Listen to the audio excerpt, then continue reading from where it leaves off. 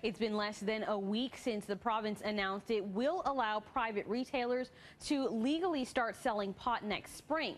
Tonight, Toronto was the place to be for those looking to jump in on the marijuana market. The Cannabis Capital Conference kicked off at the Arcadian with a networking event this evening, connecting entrepreneurs and investors hoping to cash in.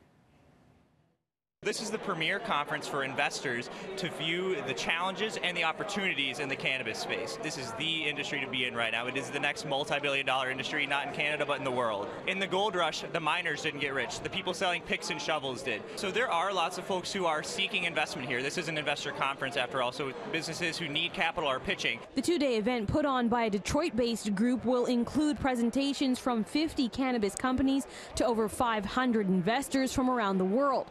Friday's workshops will touch on business strategies, executing unique ideas, as well as social justice in entrepreneurship.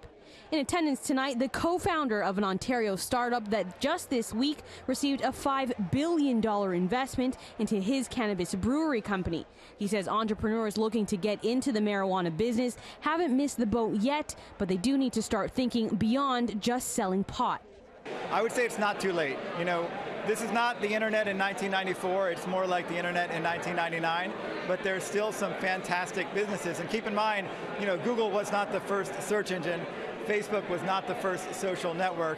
Now we're at a point where we're sort of in Cannabis 2.0, and we're seeing a focus on quality products, a focus on products that solve problems, and we're seeing that just having another cultivation or having another dispensary, if you're in a state where that's legal, you know, that's not an exciting business. That's not something that people are going to invest in now. This is becoming a mature industry where investors are looking for businesses that solve problems and that are going to contribute something to society and that are going to help them have an oversized return.